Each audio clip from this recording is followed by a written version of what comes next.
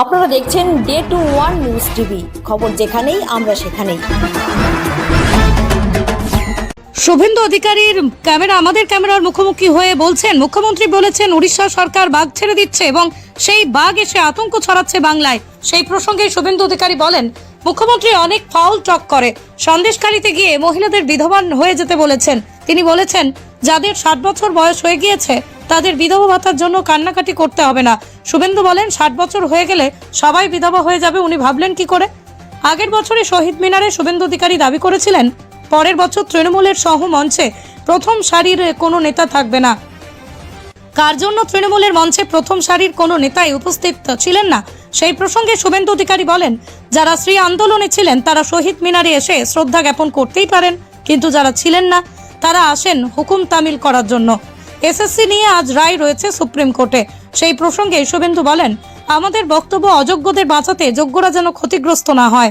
মুখ্যমন্ত্রী বলছেন যে ওড়িশা গভর্নমেন্ট ওড়িশা থেকে বাঘ ছেড়ে দিচ্ছে, সেই বাঘ এসে আতঙ্ক ছড়াচ্ছে এই বাংলাতে। প্রথম কথা বলি, বাঘ কখনো ছেড়ে দেওয়া যায় না। মুখ্যমন্ত্রী অনেকবারই এই ফাউল টক করেন। কদিন আগে সন্দেশখালীতে গিয়ে সবাইকে বিধবা হতে বলেছেন 60 বছর হয়ে গেলে যারা লক্ষ্মীর ভান্ডার পান বিধবা ভাতার জন্য কান্নাকাটি করতে হবে না। 60 বছর হয়ে গেলেই সব মহিলা বিধবা হবেন, আপনি জানলেন কি করে? এইরকম অনেক ফাউল টক করেন। আমি মুখ্যমন্ত্রীকে বলবো, রেসপন্সিবল চেয়ার, 3 বারের মুখ্যমন্ত্রী, আপনি কান দিয়ে দরকার দেখবেন না, আপনি চোখ দিয়ে দেখুন। এবং আপনার কাছ থেকে মানুষ এই ধরনের কথা আশা করে না। আপনার অনেক বয়সও হয়েছে, 70 ঊর্ধ্ব হয়ে গেছেন। আপনি এই ধরনের কথা বললে হাসে, আমরা আপনার বিরোধী, কিন্তু আফটার অল আমরা পশ্চিমবঙ্গের নাগরিক। পশ্চিমবঙ্গের মুখ্যমন্ত্রীকে নিয়ে যদি উড়িষ্যার লোক খিল্লি করে যে আমরা বাঘ ছেড়ে দিচ্ছি, এটা আমাদের পশ্চিমবঙ্গবাসী হিসেবে গায়ে লাগে। তাই আপনার কাছে তো আপনি তো বয়সে বড়, আপনাকে নির্দেশ দিতে পারি না। আপনাকে অনুরোধ করব, এমন কিছু বলবেন না যাতে বাঙালি হিসেবে আমরা লজ্জিত হই। অনেকবার ফাউল প্লে করেছেন। আপনি বলেছেন মাতঙ্গিনী হাজরা পিছাবনিতে শহীদ হয়েছে, এটা ইতিহাসের বিকৃতি। মাতঙ্গিনী হাজরা 1942 সালে 29 সেপ্টেম্বর তমলুকে শহীদ হয়েছেন, বানপুকুরে। আপনি বলেছেন 47-এ রবীন্দ্রনাথ ঠাকুর গান্ধীজিকে শরবত খাইয়েছেন। রবীন্দ্রনাথ ঠাকুর 41-এ মারা গেছেন। 1500 কেজির বাচ্চা হয় আপনি বলেছেন। 1500 কেজির বাচ্চা হয় না,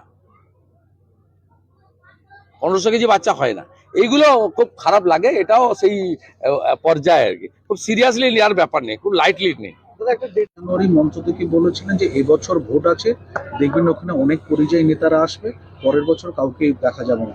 কার্যত দেখা গেল ওই তৃণমূলের শিবিরে যেখানে শহীদ সমাবেশ হলো, প্রথম সারির কোনো শাসক দলের নেতা নেই। আমি বলবো, ওদের অধিকার আছে করার প্রত্যেকের, আমার এটা নিয়ে কোনো বক্তব্য নেই।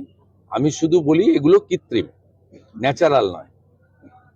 এবং যারা সেই সময় তৃণমূলের আন্দোলনে ছিল তারা কেউ এখানে আসেন না। যারা সেই সময় আন্দোলনে ছিলেন না, পাশে দাঁড়াননি, তারা এখন আসেন কর্মচারী বিধায় এবং তাদের দলের হুকুম তালিম করার জন্য। রাজ্য জুড়ে আপনি বলেছিলেন যে আজকের ভোটেই যোগ্য না, আমি জানবো কি করে সুপ্রিম কোর্টে কি হবে না হবে? জানবো কি করে? সুপ্রিম কোর্ট কি করবে তো আমরা জানি না। আমাদের বক্তব্য, অযোগ্যদের বাঁচাতে যোগ্যরা যেন ক্ষতিগ্রস্ত না হয়। আমরা যোগ্যদের পক্ষে, অযোগ্যদের বিরুদ্ধে।